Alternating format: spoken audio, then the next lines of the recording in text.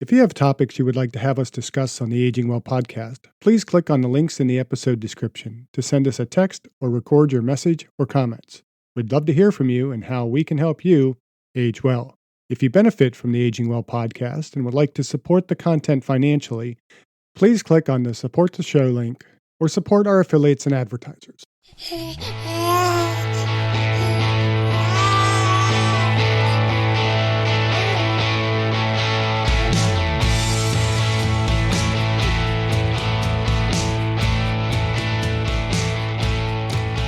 Welcome to the Aging Well podcast. I'm Jeff Armstrong here with Corbin Bruton. In this and the episodes that follow, we will share candid discussions on aging and hear from the experts. We are here to inform and encourage as we experience, well, aging. Ditch the excuses and age well. In this episode, we discuss some of the excuses many of us use for not aging well. So we came across an article from T Nation titled, "Excuses Make You Fat." And I started thinking about it a little bit more, and it's not that excuses make you fat, but the overall message is excuses are the enemy, right? Me personally, I've said in previous podcasts, I kind of live by that motto of losers make excuses and winners make it happen. Excuses hinder us. They hold us back. They prevent us from getting to that next level. And again, we've also talked about it in previous podcasts. Whether you think you can or you can't, you're right. So I was thinking we could dive into a few of the excuses that are hindering us and preventing us from aging well. Sounds good.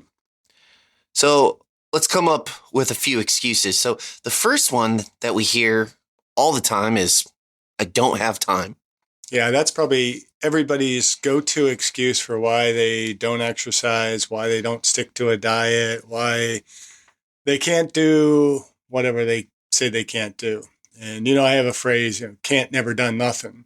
And so when you say you can't, well, of course you can't, but you're not going to do anything unless you try. So time is that one where I think it's one of the easiest excuses to address because we do have time. We all have the same 24 hours, but how we use that 24 hours makes all the difference in whether we're successful or not successful in whatever our goals may be. And I've always kind of used that phrase, opportunity cost. Mm-hmm. If you have that 24 hours, what are you doing with it? If you kind of think of it as a slice of pie, a whole pie, what slices are you putting in there and what is effective in moving you towards your goal and what is not? And you remove the things that are not, you're going to make time for the things that are most important. Yeah, I love it, that pie chart. I forgot you said that, the can't, never did nothing. Can't, never done nothing. Yeah, it goes back to a pastor I had in New York, Dale Schurter, who is a good old boy from Oklahoma, and his father was a farmer, and that's what his father always said, can't, never done nothing. So I kind of cleaned it up a little bit and do it a little better English and say that, can't, never did anything, so that my high school English teacher isn't kind of turning in her grave over my bad grammar. But it really sticks. It's true. It can't, the word can't is never done anything. As soon as you say you can't, you're not going to be able to. Yeah. So pro tip, get that out of your vocabulary. Instead of saying I can't, saying I'm not able to yet, right? Because someday you're going to do it. Someday you're going to make it happen. Well, even if you never do it, it doesn't mean you can't.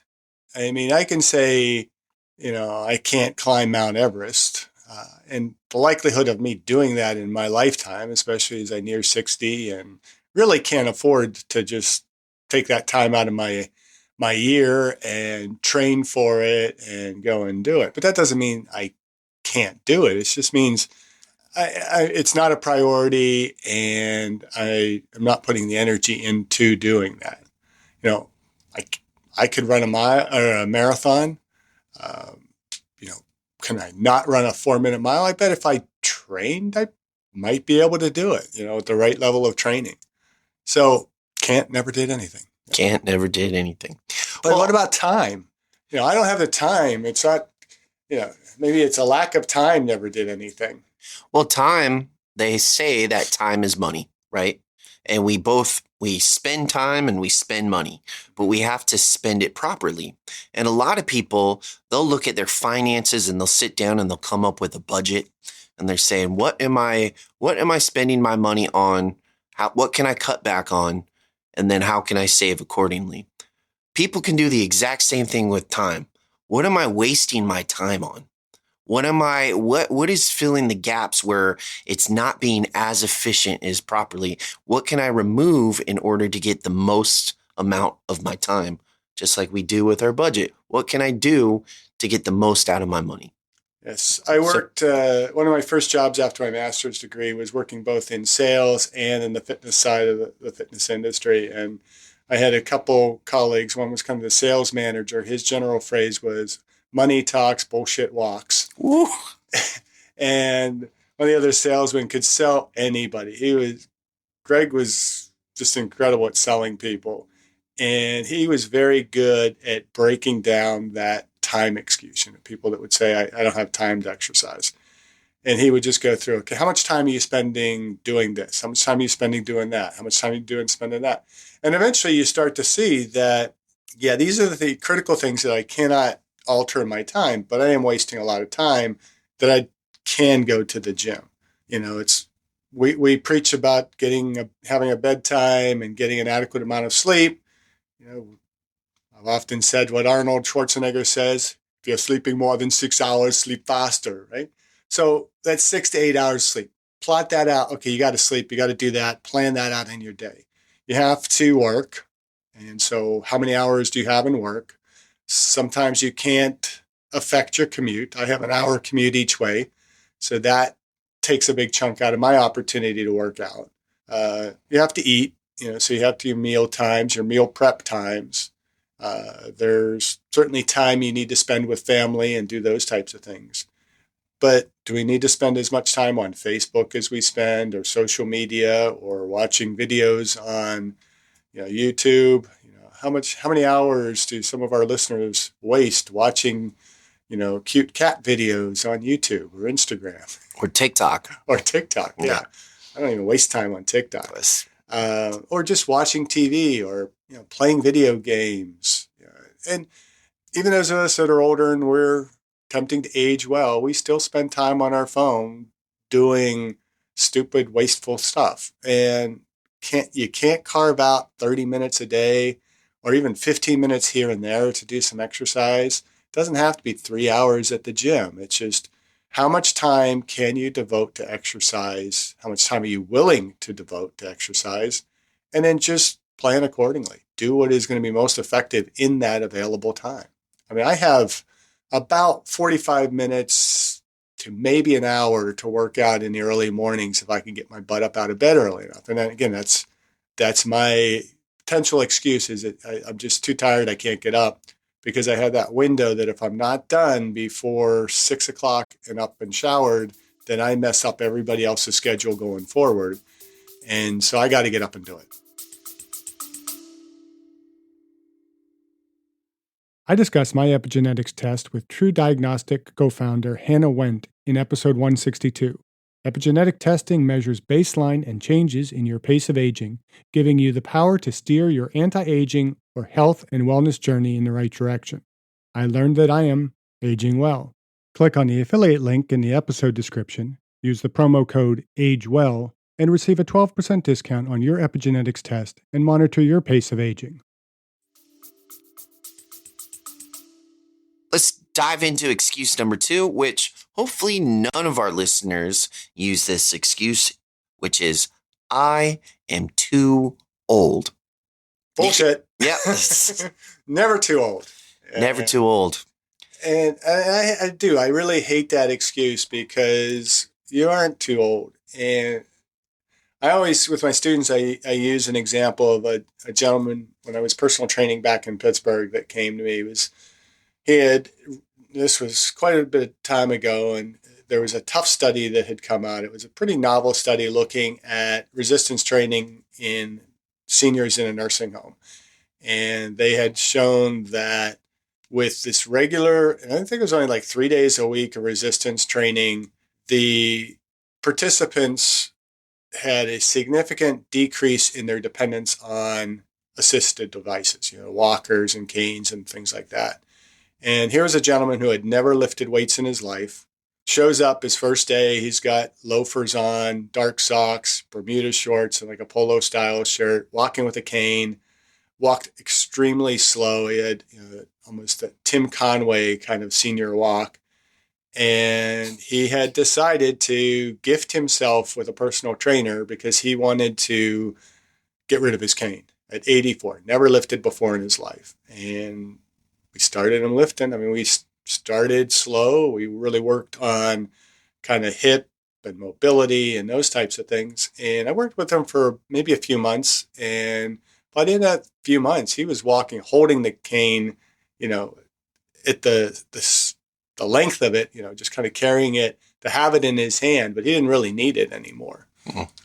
And there were several seniors. This was at a Jewish community center in Pittsburgh, and almost all of the clientele there were seniors, all the retired individuals, and they were all very active, and a lot of them lifting weights. They had a pretty active weight room in there. Worked with a couple senior women that were a lot of fun to work with because they'd come in all kind of dressed to the nines in their exercise clothing and everything else, but they were doing it. So it's never too late. Yeah, they're eager, those senior ladies. I remember when I was the activities director and I put on that exercise program, what started off with only like 3 or 4 individuals, we ended up getting 20 plus that would come and just do the workouts with me. And, some of them we did have to modify just due to mobility or whatever the case. But you saw a huge difference within their posture, with their balance, with their stability, with their, you said the gait, like when they're walking, like everything just got better. It's important to lift no matter what. And I would even put a twist on that cop out and say, what about it's too early to start lifting, or it's too early to start exercising? It's like, it's never too early either. I mean, granted, you don't take an infant and start putting a barbell on their back, but I was telling students, it's like what happens when you take an infant and just grab onto their feet? They immediately start to push against you. That's resistance training. Mm-hmm. So from the moment we pop out of the womb, we are capable of beginning to do some level of resistance training that can strengthen our muscles, strengthen our bones, and help progress us toward aging well. Yeah. No, I agree. I think that excuse needs to get thrown out the window. Now, what are your thoughts though on how young somebody really should start resistance training? My thoughts? I think the earlier the better. I know, like with my goddaughter, when she was an infant, I would, just kind of resist with my fingers essentially, or take her legs and lift it back and have her push on it, or take the arms and have her pull me in and just get that mobility. I know a lot of very dedicated sport coaches where they want their child to be an athlete does the exact same thing. Once the kid starts to age a little bit more, I think just going through the motions of movement is really important. Like, just get out, just go do something, move on the frontal plane, move on the sagittal plane, move on the vertical, like just jump, run around, play. And then I would say roughly around the age of 8, just take lighter weights. Don't go super, super heavy, but I don't really think there's that much danger that could happen, even though that's kind of a myth. I think if we slowly add resistance weight, I think it's way more beneficial. Yeah, I mean, that myth that you're talking about was that you would damage the epiphyseal plates, right, and prevent them from growing. Now, from that standpoint, yes, there is a risk of damaging the epiphyseal plate, and that extends all the way up until your early 20s, really, as you're lifting weights, because it's not until you're about 25 when your last long bone epiphyseal plate begins to seal up so that your growth has stopped. But if you're going to damage the epiphyseal plate, it's because you've done something stupid. Or, if you're a kid, it's probably you have a stupid coach that has not instructed you properly. I would say for starting, obviously resistance training can be done throughout, and that should be a huge incorporation into our PE programs in schools, which tend to be increasingly lacking. But I think from a standpoint of lifting weights, it really just comes down to when is the kid emotionally ready to begin a more regimented, progressive, periodization type of resistance training program. And that could kind of ebb and flow for the child as well. They might be really interested for a while and then lose interest. And the key is not push them, but to just let them develop that natural interest and enjoyment in it and have that accessibility. And as they are capable and as they are willing, teach them proper technique. Technique is priority. Build technique. And then eventually you start adding weight to that and they get stronger and stronger. And there's a ton of kids who are really young that are doing incredible strength feats and things like that. Yeah. That they're interested in it. They're not being pushed into it too much. And there should be a little bit of push, I think. I think it's important for parents to try and get the kid to try it out and get interested in it. But it just can't be, focusing on a 1 repetition maximums and things like that for young people and old people. I don't think anybody really needs to focus on their 1 repetition maximum and lifting for maximum weight. It should be simply for progressing strength, building muscle hypertrophy as we age. Like calisthenics and stuff, gymnastics. Yeah. Any of that's going to build strength. So it doesn't have to be, really specific weight training. It can be body weight exercise. It can be gymnastics, calisthenics. There's a lot of different ways to build strength in the body. One last thing before we move on to excuse number 3, but as far as like the I'm too old excuse, Jack LaLanne. That's all I'm going to say. Just one name, Jack LaLanne. Yeah, but some people will say, well, Jack LaLanne started when he was really young, and it was just a matter of... But he maintained and he continued. Yeah. There was no excuse. Okay, excuse number 3. Sarcopenia is a normal part of aging. All right, for some, they might not know what sarcopenia is, and we know that sarcopenia is that loss of muscle mass. As you remember from physiology of exercise, we lose about 10% of our muscle mass from the ages of 25 to 50, and then we lose an additional 40% from 50 to 80. And most people think, well, that's normal. That's what happens with aging. You're gonna see muscle loss. And the reality is that is all not a part of aging, but a factor of inactivity. That as we become increasingly inactive, which typically happens with age, you hit 25, what happens? Life starts to happen. You have, relationships, children, jobs, all those kind of things, which again, go back to the first excuse, I don't have time. And so we don't go to the gym. We don't do things. When we're inactive, we lose muscle mass, which makes us less active. And it begins to snowball that we just lose more and more as we become more and more inactive. And so, yes, there's a certain level of sarcopenia that occurs with aging. And those of us that are, in our near 60s know that it's a little bit harder to keep on muscle mass and to build muscle mass. But that doesn't mean that it can't be done and that it has to happen. You use Jack LaLanne as an example. Certainly Jack LaLanne in his 90s was not near the physique he was in his, say, 20s, 30s, but he still had pretty good physique and still able to maintain a significant amount of muscle mass and definitely a significant amount of muscle strength. And so sarcopenia is not a normal part of aging. Let's get that straight. It's not a part of aging as much as a part of inactivity. And so if you want to keep muscle mass, lift weights. Yeah, we've mentioned in a past podcast, the younger you work out, you're essentially taking an investment in yourself.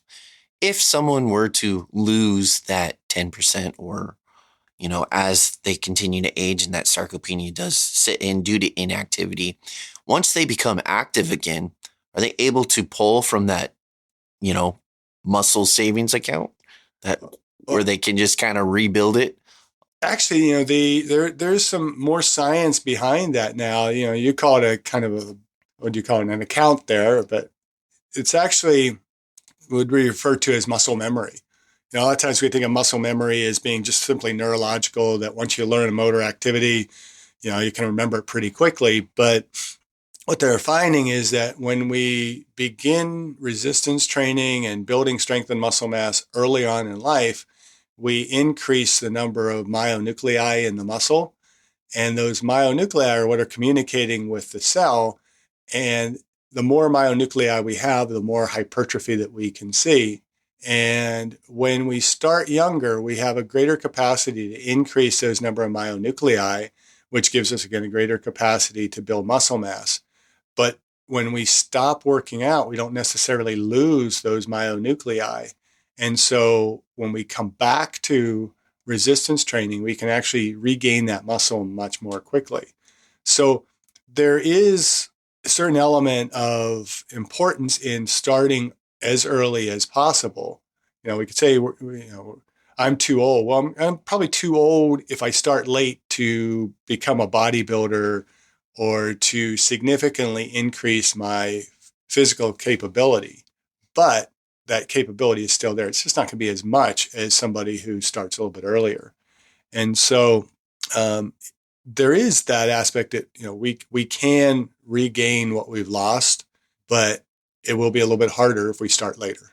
During my time in college, taking your courses, and then another professor, Dr. H, with his courses, he always told us, there's no such thing as muscle memory, just motor memory. But it seems to me what you're saying, that there kind of is a muscle memory, and your muscle will remember to, hey, I've felt this resistance before. I know how to adapt to it. I know how to grow from it. So starting young could really be a positive thing, which is what we've been promoting almost this whole time. Yeah, if you're going to age well, you got to start thinking about it early. Too many people, I think, when it comes to thinking about aging well, wait until they're in their 50s or approaching their 60s and say, see, I'm getting old. I got to start doing something to counter this. And it's not that it's too late. It's just you're not going to age quite as well if you delay the opportunity to age well. So again, if we can underscore it enough, aging well starts at conception. And it just progresses from there. And the earlier we can focus in on the things that we're doing, what we're eating, how we're, setting our day, what we're doing with our day, the sooner we're going to be able to set ourselves up to be healthier and to age well. Excuse number 4. I'm too tired. Oh, I'm sorry. I was falling asleep there. No. Yeah, another crappy excuse. And it is an easy excuse to fall into. Sometimes, like this past week, we've had wrestling, and we're not getting home until well after 10 o'clock. We've had to eat dinner rather late because once the match is over, and try and find a place to eat or get home and eat. And so I haven't been hitting my bedtime quite as much as I like. And to get up early, there are mornings it's like I'm really too tired to get up and do this. But I can use that as an excuse and not do it. Or I can say, okay, well, I'm too tired right now to do it, but I do have this opportunity later in the day. So I'm going to prolong it so that I'm going to get a better workout later in the day. Then it still works. So it can be an excuse for modifying your schedule for the day, because if you're not up to it, you're overly tired because you maybe didn't sleep well or you didn't get enough sleep that night before, but you can do your exercise later in the day, then do it because you're going to get a better workout. You're going to get better benefit out of it. But if you're using it simply just to say, I'm not going to do anything, then again, that's a BS excuse. It's like, get over it. Just toughen up, go do it. Because once you do it, you're going to feel better once you've done it. Even if it's not the best workout, if you miss a workout during the week, you get nothing, no adaptation effect or anything like that out of it. If you get a less than optimal workout, it's still better than nothing. Well, and it's also, like you said, that adaptation effect. So if you just kind of push through that tiredness, push through that sleepiness, and you just have it in your head, like, no, I made a commitment. I'm tired, but I'm still going to do it. Eventually, there is an adaptation that occurs. And eventually, like you with your bedtime, that's a part of your routine. If Mhm. other individuals that are starting their fitness journey or they're already a part of their fitness journey, they just have adapted a few excuses, you know, get the excuses out of your routine and make the action start happening. And eventually, with that physical activity, I mean, there's countless studies out there. You just do a quick Google search. By being physically active, by doing exercise, your energy levels spike up. And so you may be tired in the beginning, but you just adapt to it and it becomes a part of your routine. Now, I'm not saying like go all day and work out and then not get adequate amount of sleep. Sleep and rest and relaxation, that is important, especially when you're trying to become more, I don't know, physically fit. Yeah. It is important, but that's few and far between versus actually being active and saying, "Oh, I'm not active because I'm tired." Start being active and watch that tiredness slowly dissipate. I would also add to look at what is making you tired. Is it your diet? Can we do something in the diet that gives us a bit more energy? Is it our sleep patterns and correct your sleep patterns? Is it stress at the job? Well, then exercise is going to help that. Or, what is it that is making you feel tired? Correct that so that you can have more energy to be able to do the things that are going to give you more energy to age well. Yeah, I like that. That kind of reminds me. There was a situation at work, and it was a really frustrating scenario for probably a good majority of the staff there. And there's this one individual, and I was having a conversation with them, and I was like, "Hey, you know what? What if we try and do X, Y, and Z?" And this individual says, "No, let's not change. Let's not change the way we do things. I'm just going to change the way I do things. Like, let's not change the whole system." And I was like, "Really? Wouldn't this system be the flow?" Well, not necessarily. Our expectation is to do things. I'm going to change my own thing. So taking on the responsibility and that ownership of changing herself was the most inspirational thing ever. It was literally like, whoa, like literally no excuse. I'm placed in a situation. The situation sucks. And instead of changing the situation, I'm going to change myself to adapt to that situation. And I'm gonna take that situation and fight it head on. And it's like, that's so cool. That is the mindset a lot of people need to have. Yeah, well, I mean, that's kind of the whole theme of this is, if you excuses are dismissing your responsibility. Excuse number 5. I messed up, so I might as well give up. Yeah, why not? Screw up one day, you miss a workout, just quit. That makes total sense. That's the most lame excuse anybody can ever give for anything. And that particular cop out comes from the T Nation article. It's regarding a diet. It's like, so you went out and you had one bad meal, or you didn't stick to your diet through vacation. There's always the next meal. Right. There's always the next day, the next moment. I like to say we don't make mistakes, we make learning opportunities. Yeah. Right? Because it's not a mistake. You don't need to give up. You don't need to beat yourself up. You just learn from it. I didn't mess up. I just learned from it. I put myself in a learning situation. If people gave up, we would not have greatness in this world. You look at Michael Jordan, everyone knows his story. He didn't make his high school basketball team. He became one of the greatest basketball players ever. You look at people like Thomas Edison, when he was making the light bulb, he would take some of the failed experiments and throw them out the window. And eventually it got all the way up to the window, like just a pile of garbage. But eventually, that light bulb ended up working. That sounds like a little bit of a wives' tale. It might have been a wives' tale. It might not be. That or we'll never Edison know. was a litter bug. But yeah, I mean, we just got to keep taking every step forward, the baby steps. And if you take a back step, that's okay. Just keep stepping forward again. Yeah. I don't know. I hate that mindset. I messed up, and so I'm gonna give up. Yeah. Excuse number 6. I don't have good genetics.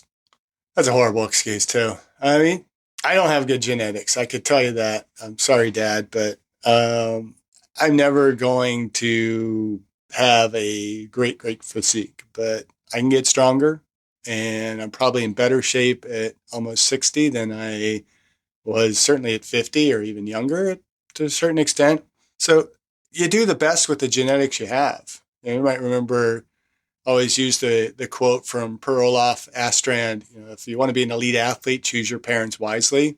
Okay, some of us didn't choose our parents particularly wisely for physical prowess, physique, and those types of things, but we certainly probably picked them for the right purposes that, we are fulfilling our lives for. And if you are not a good responder to exercise, and there are non-responders to exercise as well as there are, really good responders. About 15% of the population on each end are either non-responders or high responders. You have those people that go to the gym, they just look at a weight and their muscle grows. I hate those people, but they exist. Not entirely. I mean, they have to actually do some work. But then there's also some who they can work out daily. They're doing everything right, and they're just not seeing significant gains. That could be frustrating. But the thing to understand is you're still getting stronger if your weights are going up. You might not be getting as strong as the next person, but you're getting stronger, which is making you able to be more active. There are tons of other physiological benefits other than muscle hypertrophy when it comes to lifting weights. Your cardiovascular benefit, you're still getting health benefits, even though, your VO2 might not be going up high enough for you to be, a star marathon runner or something like that. You're still seeing the health benefits. And so if you don't have good genetics, deal with it. Just do the best with what you have, and you're still going to see benefit. Just kind of goes back to losers make excuses and winners make it happen. Yeah. You can't control the cards that you're dealt. You can just play the hand that you have, right? I actually prefer Spencer Lee's quote from the NCAAs a couple years ago, and he won the NCAA championship in wrestling for his weight class with 2 torn ACLs, and he's famous for quoting, "Excuses are for wusses." Great quote. Great quote. All right. Excuse number 7. I don't like to go to the gym. Then don't go to the gym. Do your exercise somewhere else. Yeah. I don't like going to the gym. And I tell this to my students all the time. Having been a personal trainer for years and working in the fitness industry, I find it very difficult going to the gym sometimes because I'm watching other people work out and I feel that need to go over and correct technique or, do the job of being a personal trainer. And it takes focus away from my own opportunity exercise. And so I work out at home. I have a gym at home. I have the space. I've acquired equipment over time, and that works great for me. Some people might not even want to do the weights. They might want to just do body weight type of stuff. Find what works for you. I've often been asked, what's the best cardio equipment? And my response is always, and you probably heard this in class several times, my response is always, what do you like to do?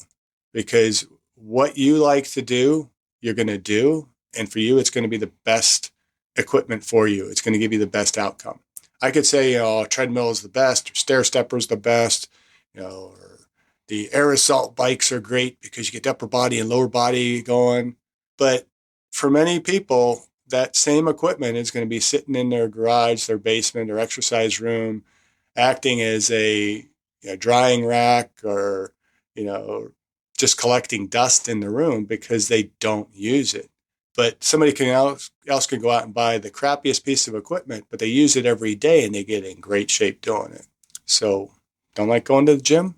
Don't go to the gym, but find a way to exercise and work your cardiorespiratory endurance, your muscle endurance, your muscle strength, work on flexibility, and improve your body composition. Well, also, that's no longer an excuse in today's day and age, right?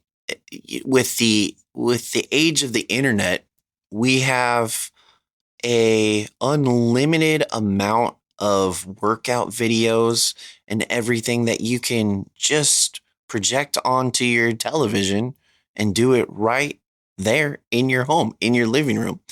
You can go to literally any store almost and just buy 10 to 15 pound dumbbells and start there, right? You also, with the age of the internet, you can connect with another group that shares the same interests in you. Some people do boot camps at a park.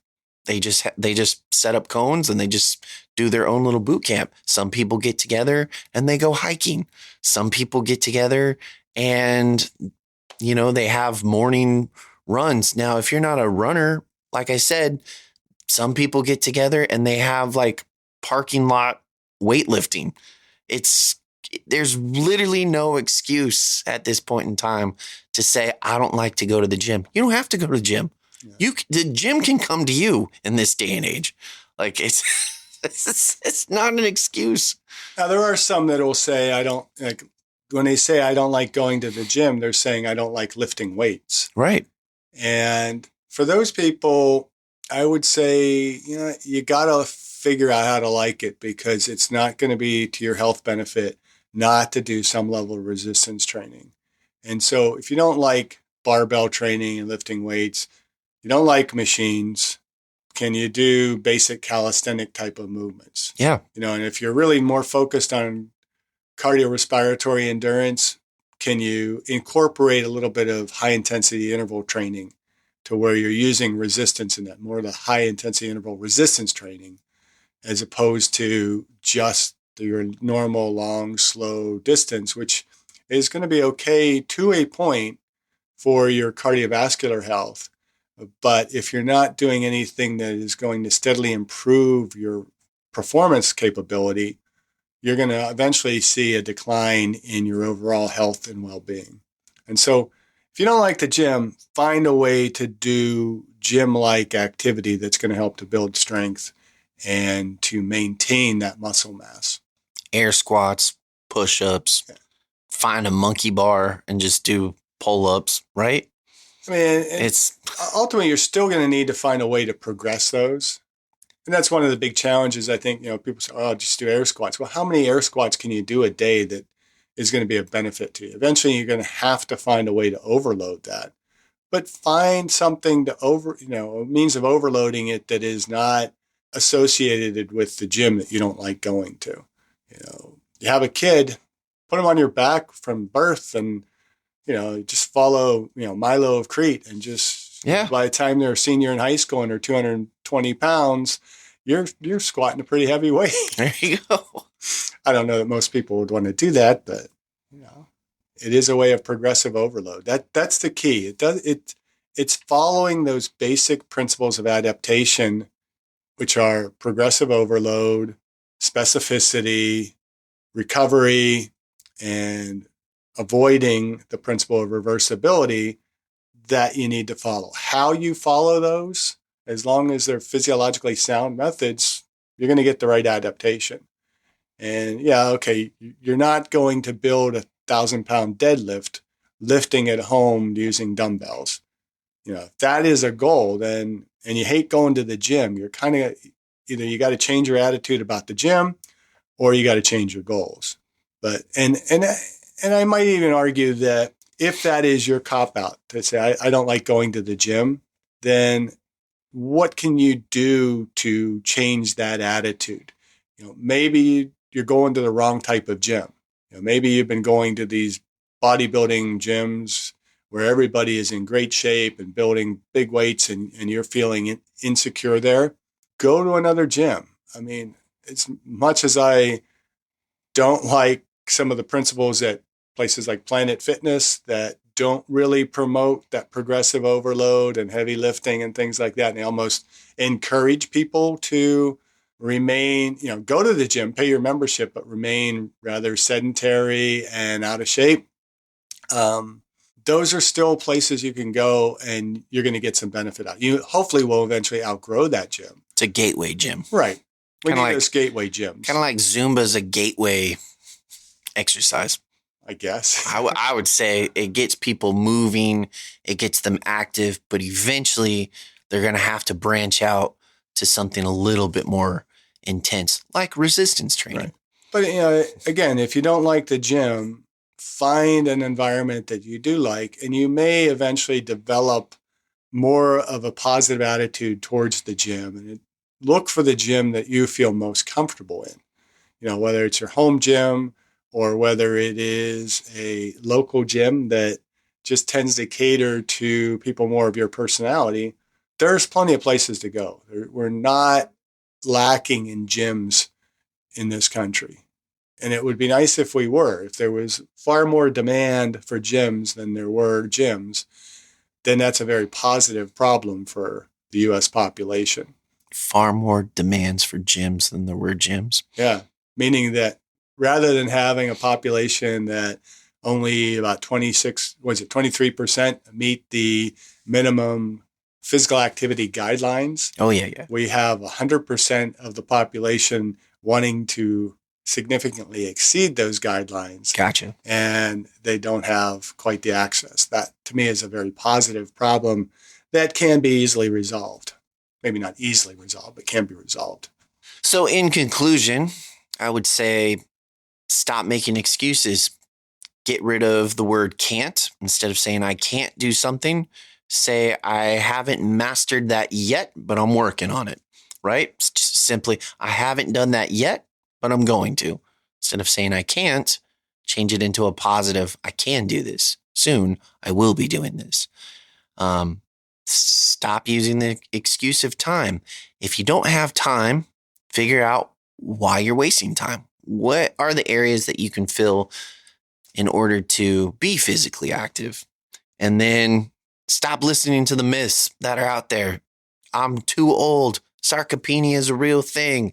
Oh man, it is what it is. Stop. There are myths. Take control of your life and make it happen. So bottom line, ditch all the excuses, and I promise you, you're going to age well. Thank you for listening. I hope you benefited from today's podcast, and until next time, keep aging well.